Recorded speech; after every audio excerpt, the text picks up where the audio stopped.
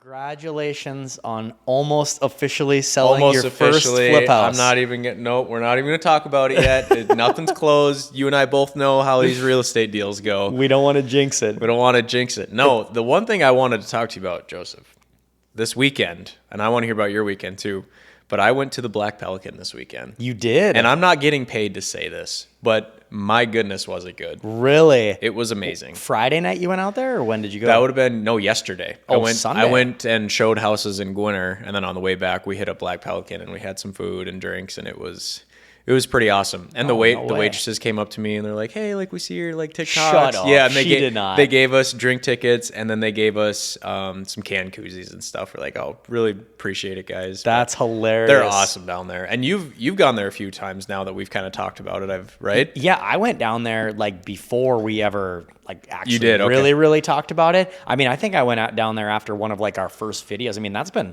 we've been making videos for a year now? Yeah. So crap, it was probably last fall, I think I went down there. So it's been some time, but it was really good then, and I'm sure not much has changed. Yeah. I just love it when a small town like bar can just is really good. It was the funniest thing. I don't know if it was the owner or the manager or whoever it was, but he was telling me like the chicken spiel about how much chicken they go through. Oh, Did they say anything to that about you? No, they didn't talk about that. It was so weird. I don't remember what the number was, but the number of chicken wings that they go through, I mean, it was like an ungodly amount. And I remember him telling me that. He's like, it's just the hottest thing we sell. We can't basically get enough of them. Like they just are moving, and it's like, wow, no kidding. Unbelievable, man. Good. What'd you get? What'd you order? We had on Sunday their special is pizza. So we have pizza, but they have like 30 different ones. So we had like a brisket mac and cheese pizza. Sounds very interesting, but it was phenomenal. It was like one of the best pizzas I've ever had. Nice. It was so good. I spent a little time out at Walcott this weekend, which Okay. I mean, I'm about halfway What bar? to What's that Weimar. bar called? I think it's called Bruisers. I think. Bruisers? I'm not Okay. totally sure. Yeah, I was out there on Saturday night for a while. Yeah, they had good food. It was a good time out there. I like those small town bars. Yeah. I tell you, I know I'm getting old when I was like, I wasn't even thinking about going anywhere in town. Like I was like, if I'm going to pop somewhere, I'm going to go out in the country a little bit, have a couple drinks, do a little relaxing. So yeah, we had busy weekends. Look at that. Busy. Isn't it? It's just nice when like you go to a bar and everyone knows each other, and then like a beer is like $2, and you're like, this is nice. I like this. You're like, I could get on board with this. I like this. Well, that's good. Yeah, Yes. you had yourself a good weekend then. I did. And then the other topic, and I don't know if you want me to say this, but I kind of wanted to give everyone a quick peek of what we're doing in May for the podcast. You're going to have to. I think it'd be pretty cool. We are sitting down with three right now. Is that going to be our final number? Are we going to try to get another one, or 3 probably for now? I think 3 for now is That's probably a pretty lot. good. Yeah, I don't know if we're smart enough to do any of this. We don't have any employees to help us, so we'd be screwed. But yeah, we are sitting down with 3 of the Fargo mayor candidates. So I think that's really cool, really exciting. I'm pumped for it. It's been so interesting to watch. You know, this is the closest I've ever followed any like local politics deal. So, I mean, even just to hear them, like they had the debate at the Fargo Theater. They've all been on Valley News Live. This whole convention center, everybody's giving their opinion on it, on what they think. And it's like, this is going to be a really fun chance for us to sit down with these guys and talk about maybe just the personal side. You know, I don't want to see the political front. I want to know who you are just as a person. Tell me about yourself. What do you do for fun? Where'd you grow up? You know, maybe give us a chance to see a little bit about more of just who they are compared to, you know, what they have to put on for the public. Yeah. So I'm excited about that. That's I'm excited gonna be fun. too. I think it's going to be a good time. And so those will be, we should have those done, probably by the 3rd, 4th week in May? Yeah, 3rd, because we're going to be doing it that Wednesday through Friday, and then that weekend we're going to just pump them all out. Because the election is June 9th. Yep. So we'll definitely have to have it out a couple weeks before then. So Absolutely. yeah, little teasers for those. I'm excited. Absolutely. It's gonna be a good time. Well, especially in a place like Fargo, like we haven't had this big of a mayor race in such long. Like Mahoney's been mayor since we were little kids, Yeah, right? like 20 years or 20 something years. like So, I mean, that. it's kind of exciting time in Fargo. I mean, and a lot of people our age don't pay attention much, but hopefully this platform on like our TikTok shorts and our Facebook reels, hopefully it gives them a chance to like, oh, what's so-and-so like, you Well, know? bare minimum, we're going to find out their favorite places to eat and drink. Yes, we are. Rank these bars. Like these bars. They're gonna be like, that was so funny. okay. Even Rick Berg talking about that on the deal. He was all like, he was stoked for that. He was. Because he said the same thing. He's like, the local politics, he's like, a lot of it just falls through the cracks and a lot of young people aren't watching what's going on. And he's like, these are where decisions are made. Yeah. He's like, if you don't like something that's going on in the community, or you want this, or you want less tax, or whatever, he's like, then you need to be paying attention and going out and voting. And it's kind of like, yeah, that's so true. I don't want to just bitch about it on the internet. I want to actually listen and talk to these guys and be like, hey, what can you do for us? Like, how are we going to address these issues? So yeah, that's fun. I'm excited. Yeah. Did you hear in real estate news? Did you hear the news today? About Remax? Yep. I woke up this morning to see that. I had no idea that was even in the works. I didn't know that was in the works today. I just saw a local realtor just share that today. Oh, I know Eric Hatch is just glazing Okay, right well, now. I wasn't going to I know he's drop just the guy. glazing right now. He is glazing, but I don't know I don't know enough about it. So is Remax just simply going to be gone? Because I thought the Remaxes were like independently owned. Like in Fargo, they have their own owner. So it's real is the same thing, right? Right. So every real brokerage is independently owned. They're just under the shell of Real. Right. So Remax is the same thing. Remax offices are independently owned, but they're under the shell of Remax. Yes, I understand that, but what I'm curious is, does that mean that like Real is going to completely throw away Remax? Like you're not going to see the logo, you're not going to see the balloon, or will it still be Remax, but it's just under a different shell now? Yeah. You know what I mean? Yes. I think the second thing of what you just said. So Okay. from my understanding is they were going to be called like the Real Remax or God. something like that. It was something goofy. But yes, it will basically be Remaxes still. They'll just be under a different shell. They'll have a different platform that they're associated on. But I wonder if it's going to cause a lot of stir with agents, if there'll be a lot of Remax agents that jump ship. I don't know. You think so? I don't know. I don't, because Remax to me, okay, this is going to sound really bad. I think of like the older generation. Like, would anybody our age, if you ask them, name 5 real estate agencies in town, like none of them would think of local or national brands like that. Like I think that time has come and gone. Even like when Keller Williams was big for so long, like I don't think anybody's loyal to Keller Williams. I don't think anybody's loyal to Remax agents. Like I think it's just, you work with who you like as a person. I think it's such a individual base more than like a company base. I don't think it mattered if you worked at Rayboy and High Valley, Remax, wherever. They want to work with Ben Waswick. Sure.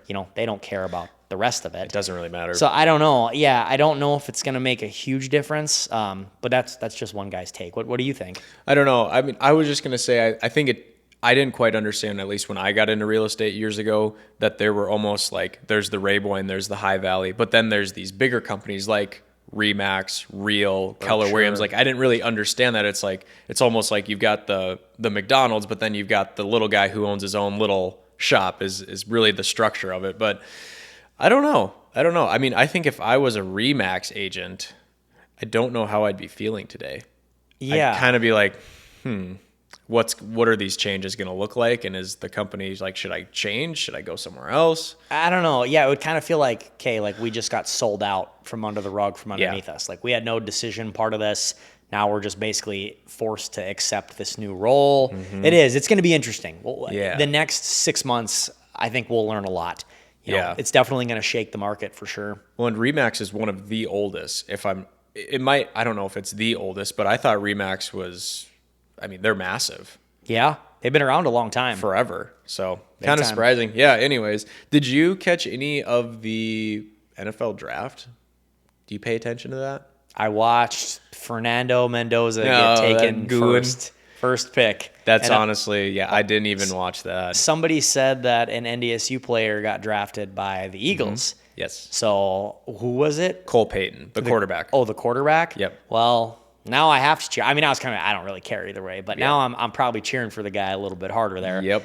I don't know. I don't even know what the Eagles' backup quarterback situation is. I don't know if we have another guy besides Cole Payton or what the deal is, but I don't know I thought you had a... I thought there was another weird guy that we had, but I don't remember. Whatever. But yeah, so I saw obviously like a little bit of the first round, and then any of the NDSU players that went, I kind of watched that. But no, I felt like it just wasn't the most crazy draft class I've ever seen. Yeah. I don't think there was a massive amount of big names. I don't know. What did you think?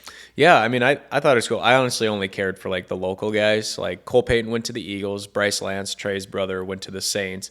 And then the really cool story that I want to bring up is MSUM's quarterback Jack Strand. He didn't get drafted, but he signed with the Falcons. Really? And he's MSUM quarterback, and he's the only like third or fourth MSUM player to ever go to an NFL team. So that's kind of cool. Division II school. I never knew an MSU player went to the NFL. Yeah, that's been a while. I think since like 2016 or 2017 since someone's done it. The only thing I saw about the draft that made me laugh was who's the kid from Vanderbilt that was making all the noise, and then he didn't get drafted. Diego Pavia. Yeah, something like that. Did you see that? Yeah. He was like one of the Heisman finalists. Didn't get drafted. That's crazy. It was like I think he might have been like the only Heisman finalist ever to not get drafted. Yeah, but he was like super big on like, he didn't want an agent. He wasn't going to give up any money. He knew he was the best quarterback in the draft. I mean, I was just like, bro, you shoot yourself in the foot. Dude, shut up. Like that. Like, just shut up, hire the agent, and somebody said it. They're like, dude, 100% of nothing is nothing, Yeah. So you didn't want to give a cut to a guy because you thought you were better than him, and now you don't have anything to show for it. So I thought that was kind of an interesting take. But, there's been a lot of instances like that with guys. The last one that they really did dirty like that was, who's the Sanders kid? What's his name? Oh, Shador? Same thing. Yeah, got destroyed. Thought he was hot shit, thought he was going to go first, didn't need anybody better than anybody. And it was like, I think they went out of their way to make a point to say, like, you're not better than the NFL. No. You can talk all this smack, you can think you're hot shit, but like at the end of the day, we own you. We decide where you're going to go. And I think this Diego Pavia was kind of the same thing of like, bud, settle down. You're not that good. Yep. And even if you are that good, like it still hurts your draft stock, I think, when you act like that. Like, I don't know. That's my hot take on that. No, I agree. The NFL is a whole nother level, and these guys in college, I think the problem is they're getting paid now in college. They're getting endorsement deals. It's all legal now to do that stuff. So these guys are making a couple million at 19 years old, and then they're like, oh, I'm hot shit. I've got a Rolex. I've got a new car. And then you get into the NFL, you think you're going to be all that, but competition's kind of tough out there. No kidding. The Johnny Manziel fallout, man. Oh my gosh. You can't party your way out of it. It can't happen. No, you can't. So man. Yeah, no, it was good. I was excited for it. So yeah, I got a busy week here. I got a couple, actually 2 closings this week. Really? Yeah, getting a couple houses under contract this week. Heck yeah. So yeah, moving and shaking here. And then we're working on those couple big behind the scenes commercial deals. You never know. Something crazy might come out of this. That's what we're trying to get into, man. It's going to take time, but I mean, the longer we keep at it, more conversations we have, we're going to get something. Rick Berg cracked me up when he was like, the no. He's like, every 100 no's is like going to be there's a yes somewhere in there. Somewhere. So every time I get told no, or it's like, nah, I can't do that, it's like, all right, I am getting close. I'm getting closer. I can feel it. That's right. One of these days I'm going to find a deal and I'm going to bring it to you, and they're going to eat it up, and they're going to be like, all right, let's give it a go. Yep. And that's the end. So, and it'll be worth it. You gotta just accept that method for a while, because it sucks. It's like we're back to being fresh real estate agents, except the deals are just bigger that we're getting told no. Like when you first get into real estate, you make 100 cold calls and it sucks because your big payoff is a $4,000 commission. And now it's like, okay, well, I might be getting told no, but I'm bringing you a $2 million deal here. If this thing pays off, like the yes is just that much better. Yes. So I have to tell myself that too. It's like, okay, these are some pretty big asks that I'm asking. So when the yes does come, it's going to feel pretty good. It's going to feel pretty good. Dude, and Rick Berg just hit it on the head, like just solving people's problems. Like that's what you and me just need to become a master in. Like I love that story that he brought up where he noticed the office next door, like the people they were using the parking lot, but they had to park far away from the building. So people were like constantly coming out to move their cars. And then he goes to the business owner. He's like, look how much money you are losing from letting your employees not having a close enough parking spot to their building. And the guy worked out. He's like, holy shit, like I'm losing a ton of money every day for my employees coming out of the office. And Rick Berg's like, hey, I'll build you a new office. And like that had to have been a massive deal for Rick, but it just was a simple, hey, you have a problem, I'm going to fix it for you. Yeah, I have a solution. Yeah, it's cool. Yeah, cheers to those guys. Well, happy Monday. I'm excited. Yes, sir. Let's get to it.